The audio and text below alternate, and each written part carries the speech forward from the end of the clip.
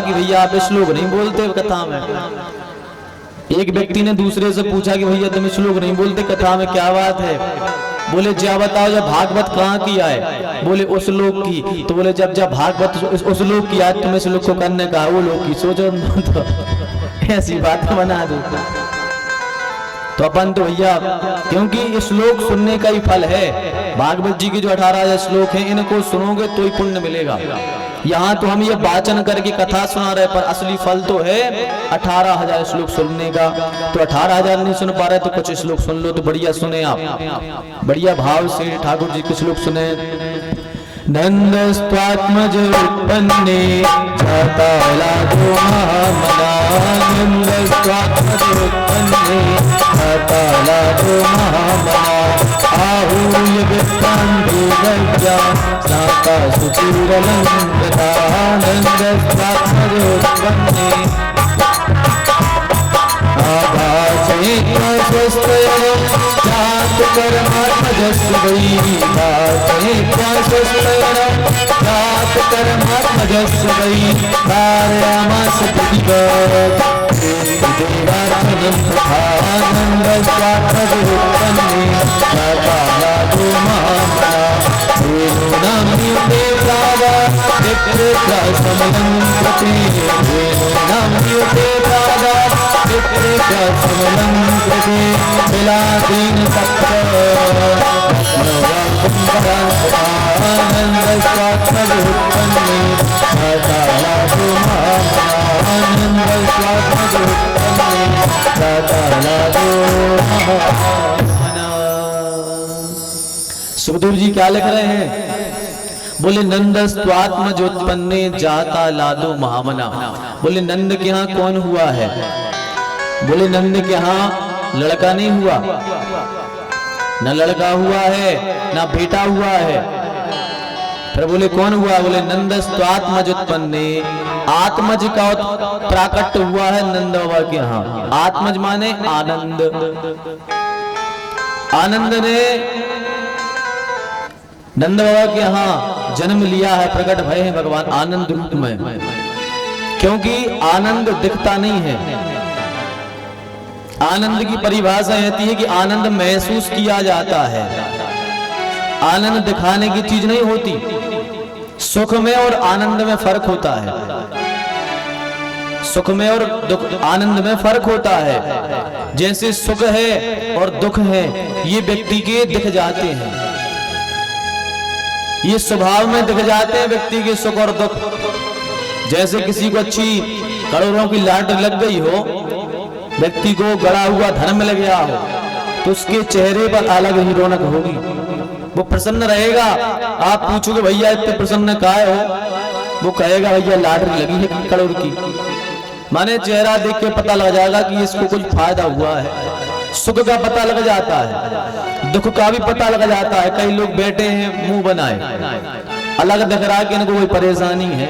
तो कोई पूछेगा भैया क्या बात है, दुखी हो? तो बताएगा कि भैया हाँ फलानी बात से दुख है। पर आनंद ना ऐसे दिखता है, सुख दुख जैसा थोड़ी दिखता आनंद। आनंद तो महसूस करने की वस्तु है। जो महात्मा होते हैं, संत होते हैं, भगवान के प्रेमी होते हैं, वो आनंद में डूबे रहते हैं। उनका आनंद ऐसे होता है कि उनका आनंद देख करके आप भी आनंदित हो जाओगे। जब महात्माओं के यहाँ जाओ तो महात्मा बड़े प्रसन्न रहते हैं और अपन जाके भी प्रसन्न हो जाते हैं। वहां का वातावरण ही ऐसा होता है कि अपन के अंदर भी बहुत अच्छी अंदर अंदर बड़ी प्रसन्नता होती है, अंदर अच्छा आनंद आता है, अनुभूति होती है आनंद की। तो आनंद जो है अनुभूति का विषय है, और वही आनंद नंद बाबा के यहाँ स्वयं प्रकट होकर के आया है। वही आनंद, तो आनंद का प्राकट हुआ है। वाचयित्वा स्वस्तैनम जात कर्मात्मजस्य वै कारयामास विधिवत् पितृदेवार्चनम तथा।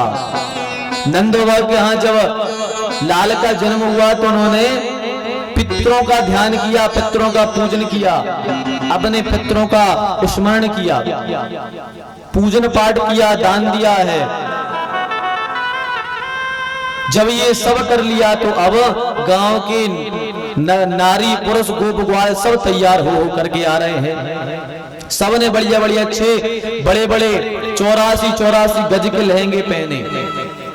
एक मैया ने 94 वर्ष की हो गई थी। जैसे ही पता लगा कि नंद के यहाँ लाड़ा हुआ है, बोली हम भी सज के जाएंगे। तो 95 साल की डोकरी, 80 साल पहले हुआ जो ब्याह था, उसको 84 गज का लहंगा रखा था। उसने बढ़िया 84 गज का लहंगा पहना था। बत्ती में एक दांत नहीं, बत्ती में एक दांत नहीं, फिर भी आंखों से कम दिख रहा है, पर 84 गज का लहंगा पहना। और लाठी टेकती टेकती नंद बाबा के भवन में पहुंची। जैसे ही बाबा के भवन में पहुंची, अब हुआ क्या कि बाबा के भवन में मक्खन के गोले फेंक रहे थे। जैसे बोल रहे थे ऐसी मक्खन के गोला बना बना के ग्वाल वाले एक दूसरे को मार रहे थे और पकड़ के खा रहे थे। तो मैया पहुंची और मैया आंगन में पहुंचकर बोली, भैया का भयो? अरे जी शोर काय को है, का भयो है? एक ग्वाल ने मक्खन का गोला लिया और सीधा निशाना मिला के जब उस डोगरी को दिया तो गोला आया और मुंह में गया। अब दांत हटे ने सीधो सड़क गो अंदर, पूरा मुंह छप गो। मैया ने पूरा जीव से मुंह चाट के बोली, का भयो? एक लाला बोलो मैया गोला कपा गई, फिर भी पतो न लगो कि भयो का। अरे मैया नंद के लाला भयो लाला। डोकरी बोली, अरे जगो जगो जीवे लाल, हम तो कहते ऐसे ही लाला हो, हर में खूब माखन खावे मिले, ऐसे ही लाल होए।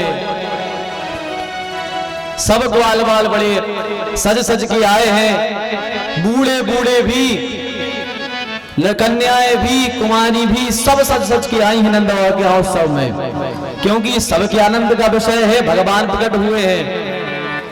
आज ब्रजराज जू के लाल को जन्म भयो, छायो और मोद भयो अति सुखदाई है। नाचे सुर किन्नरी और अप्सरा और चाहवरी, बाजत मृदंग झांझ ढोल भी सबाई है। बाल कृष्ण लाल को दर्शन को पाए गाए, गीत सुबदाई दिव्य अमृत लुटाई है। देखो सखी अली नैन कीजिए निहाली सखी, नंद जू के द्वार आज बजत बधाई है।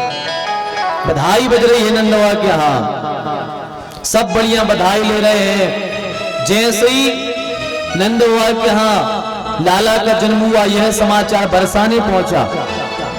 बरसाने लगा कि भैया नंद बाबा के यहाँ लाल हुआ है, तो बरसाने से टीका आया था। जब भगवान का प्रकट हुआ तो बरसाने से टीका आया। टीका माने सगाई का सामान।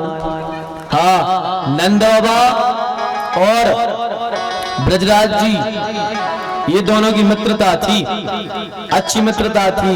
तो इन्होंने बात वही थी कि सुनो, जिसके यहाँ लाला होगा और जिसके यहाँ लाली होगी, जिसके यहाँ लाली होगी वो लाली का टीका लेकर के लाला के यहाँ आएगा। तो ब्रजराज के यहाँ हो गई राधिका जी और नंद बाबा के यहाँ होगा लाल। तो अब ब्रजराज जो है टीका लेकर के आ रहे हैं, तो बढ़िया टीके का सामान सजवाया। अब बरसाने से टीका आ रहा है। कहते नंद महर में ठोटा जायो और बरसाने से टीको आयो। बरसाने से ठीको आयो, नंद महर घर ठोटा जायो। सब में हल्ला मचा है, सब ब्रजवासी गा रहे हैं।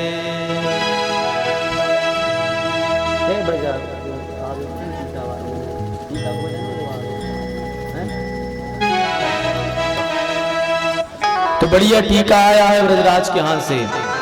परातों की परात बन करके आई है। 5-5 ग्रास, 500 ग्रास के मक्खन की गोला, मिश्री, बढ़िया बढ़िया अच्छे मक्खन, दूध, दही, घी, शक्कर, बादाम, पिस्ता इत्यादि सब लग करके बढ़िया आया है। अब सब रानियां बड़े उत्सव के साथ में झूम रही हैं। अब तो ब्रज में भी ब्रजवान की नंदिनी आ गई, राधा रानी 1 साल बड़ी है कन्हैया जी से, 1 साल बड़ी है नंद रानी। तो बढ़िया महोत्सव हो रहा है नंद बाबा के यहाँ, खूब महोत्सव हुआ है।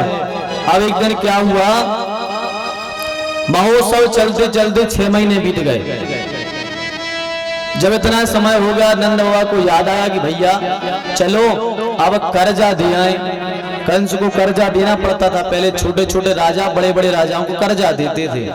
तो नंद बाबा ने अपने ग्वाल वालों से कहा कि तुम रक्षा करो, हम आते हैं अभी कर्जा दे करके। तो नंद बाबा ने अपनी छकड़ा सजाए और कर लेकर के चले गए। यहां से कर लेकर के गए हैं, नंद बाबा ने कंस को कर दिया, लड्डू दिए और बोले महाराज आपकी कृपा से हमारा लाला भयो है। कंस ने कहा वाह जुग जुग जीवे तुम्हारा लाल। कौन दिन भव है बाबा? बोले महाराज अष्टमी को भव है। जैसे ही अष्टमी की सुनी तो 1000 बोल्ट को झटका गलो कंस को, करे जोइया हम हमारे बारो। इतने में बाबा गए वसुदेव जी से मिलने। कंस ने पूतना नाम की राक्षसी को आदेश दिया, बोले जाओ ब्रज में जितने भी अष्टमी को बालक भय हैं सबको जहर खिला करके मार दो। जैसे ही पूतना को आदेश दिया, पूतना ने एक बहुत सुंदर अपना वेश बनाया, स्तनों में कालकूट नामक जहर लगाया और जहर लगा करके सीधी चल दी गोकुल की तरफ।